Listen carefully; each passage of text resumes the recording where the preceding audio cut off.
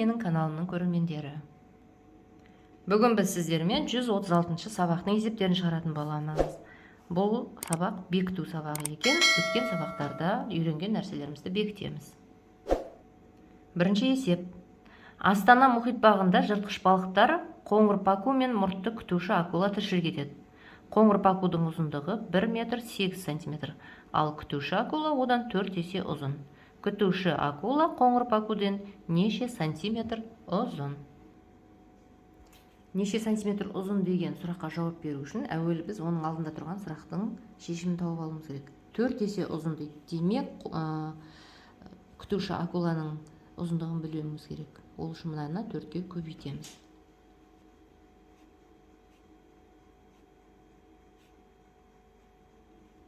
Сонда бізде 4 метр 32 сантиметр шығады.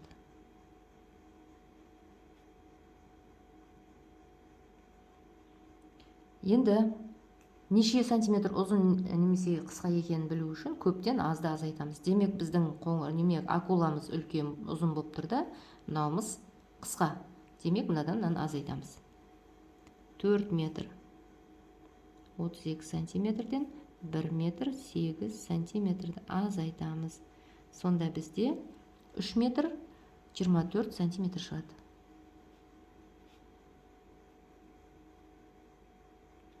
Демек, акула пакуге қарағанда 3 метр 24 сантиметрге ұзын. Бұл жерде сантиметр деп сұрап тұр. Демек, біз мына метрді сантиметрге айналдырамыз. Сонда барлығын қосқанда 324 сантиметрге ұзын екен. Бөлігінде Астана мұхит бағында улы балықтар, қанатты зебралар және таспа балықтар тіршілік етеді. Қанатты зебраның массасы шамамен 816 грамм. Ал әлемдегі ең улы балық таспа балықтың массасы одан 4 есе жеңіл. Қанатты зебра таспа балықтан неше грамм ауыр? Бұл есепте де алдыңғы есептегі сияқты мынау белгісіз таспа балықтың массасын білуіміз керек.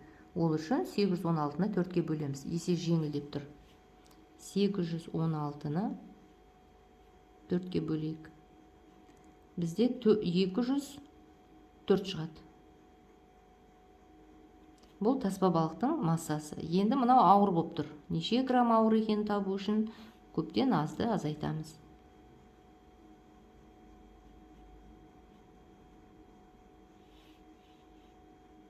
612. Сонда біздің қанатты зебрамыз 612 граммға ауыр екен. Екінші тапсырмада баған түрінде жазып есептеу керек. Бұндай есептеулерді біз алдыңғы сабақтарда өткен болатынбыз. 0 бар сандарды қалай көбейтеміз және 2 санды бірдей түсіргенде қалай болады. Оны алдыңғы сабақтарда өткенбіз. Сол алгоритмді пайдаланып, осы тапсырманы орындап тастауға болады.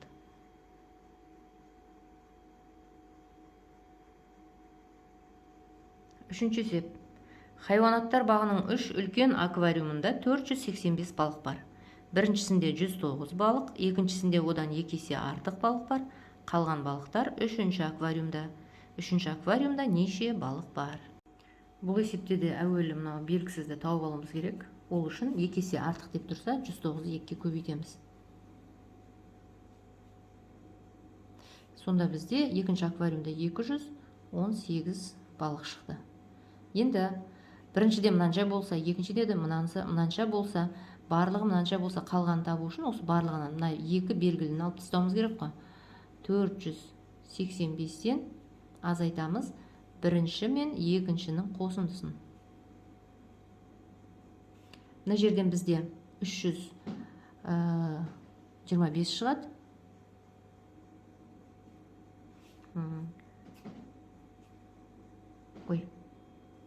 327 шығады. 485-тен 327-ні азайтсақ, 158. Сонда 3-ші аквариумда қалған балық 158 екен. 4-ші өрнектер құрастырып жаз, олардың мәнін тап дейді. Бірінші кесте бойынша бұл жерде көбейту шығады. Бірінші өрнегіміз мынау, оны 5-ке көбейтуіміз керек. Мына жерде бөліндіні 6-ға көбейтуіміз керек. Мына жерде санды мына бөліндіге көбейтуіміз керек. Екеуінің арасына көбейту таңбасы қойылады. Екінші кестеде бөлуге берілген. Мынадан шыққан санды 8-ге бөлеміз, мына санды мынадан шыққан санға бөлеміз, мынадан шыққан санды 6-ға бөлеміз. Енді осын жазайық. Өрнектерде жақша қоятын жерлер бар. Мына жерге қосындыға жақша қою керек. Егер жақша қоймасақ, бірінші көбейту орындалып кетеді. Ал бізде көбейту соңында орындалу керек. Сонда мына жерде бізде жақшаның ішінен 105, 5-ке көбейткенде 525 шығады. Мына жерде соңында көбейту орындалу керек. Бұл жерге жақша қоюдың қажеті жоқ. Онсыз да бірінші бөлу орындалады да, кейін көбейту орындалады. Сонда 636 шығады. Мына жерде бізде соңында көбейту орындалу керек. Өйткені бұл көбейтуге берілген кесте. Егер жақша қоймасақ, бізде бірінші көбейту орындалып кетеді. Сондықтан біз мына жерге жақшаны қойып, бірінші бөлуді орындап аламыз, одан кейін көбейтуді орындаймыз. Мына жерден 4 шығады, мына жерден 208 көбейтсек, 832. Келесі бөлуге байланысты кесте. Бөлу соңында орындалу керек, өйткені бөлуге берілген кесте болатын. А егер біз жақшаны қоймасақ, бірінші бөлу орындалып кетеді. Сондықтан жақшаны жерге қоямыз. Сөйтіп жақшаның ішін бірінші орындаймыз да 8-ге бөлгенде 107 шығады екен.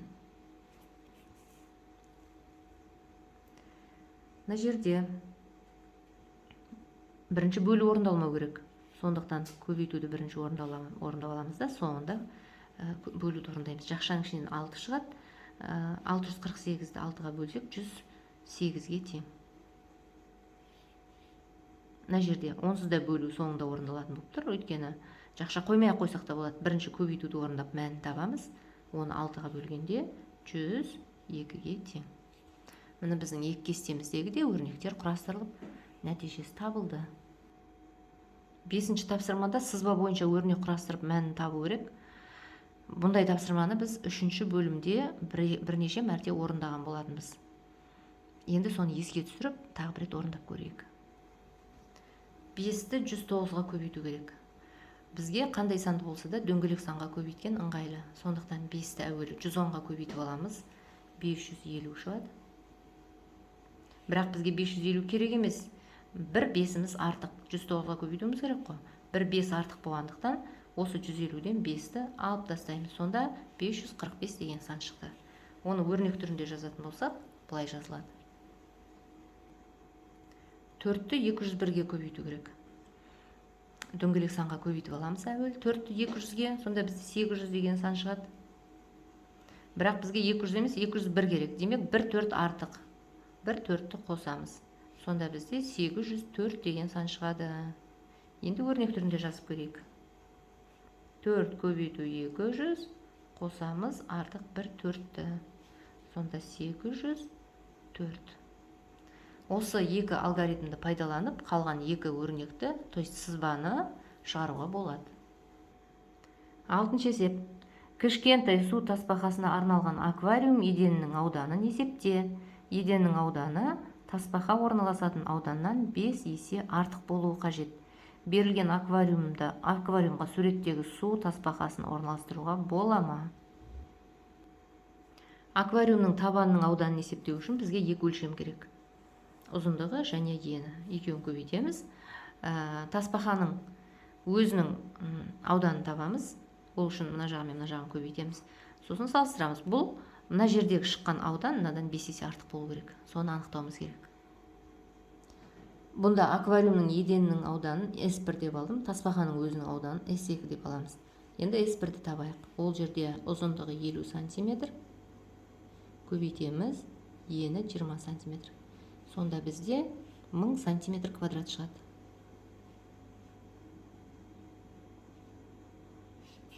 Енді тасбақаның есептейік. Ол 4 см мен 5 см көбейтіндісі. 20 см квадрат шықты. Енді мына тасбақа мына жерге сия симай ма? 5 есе артық болу керек. Көз жеткізейік. Ол үшін 1000-ды 20 см квадратқа бөлеміз. Сантиметр квадрат бөлу 20 сантиметр квадрат. Так, 0 мен 0 қысқарып кетеді, 100-ді 2-ге бөлеміз. 50.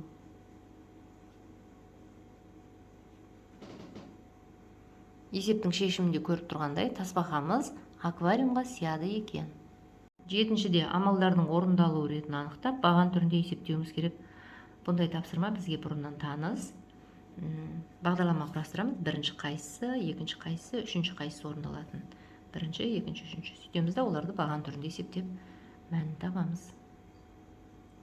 Амалдардың орындалу реті бойынша тапсырманы орындап шықтық. Бұл өрнектің мәні 586-ға тең екен.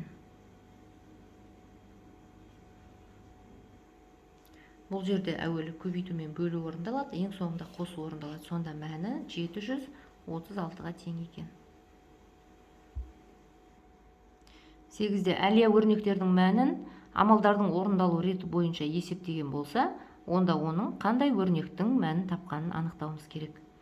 7-де бізде өрнек берілген, біз оның амалдардың реті бойынша орындадық. Ал бұл жерде керісінше амалдардың реті бар, енді мына жердегі өрнекті табуымыз керек. Бірінші амал бөлу. 870-ті 6-ға бөлеміз. 870-ті 6-ға бөлсек 145 шығады. Ал 145 ол 468-ден соны азайту керек. 145 мынадан шыққан сан.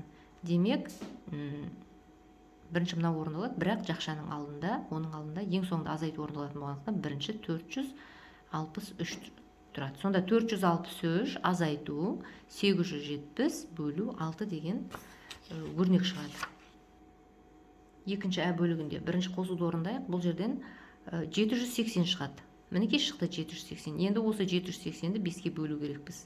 Демек, мынауын жақшаға аламыз да бөлу 5 дейміз. Б бөлігінде 3 амал орындалатын өрнек шығу керек.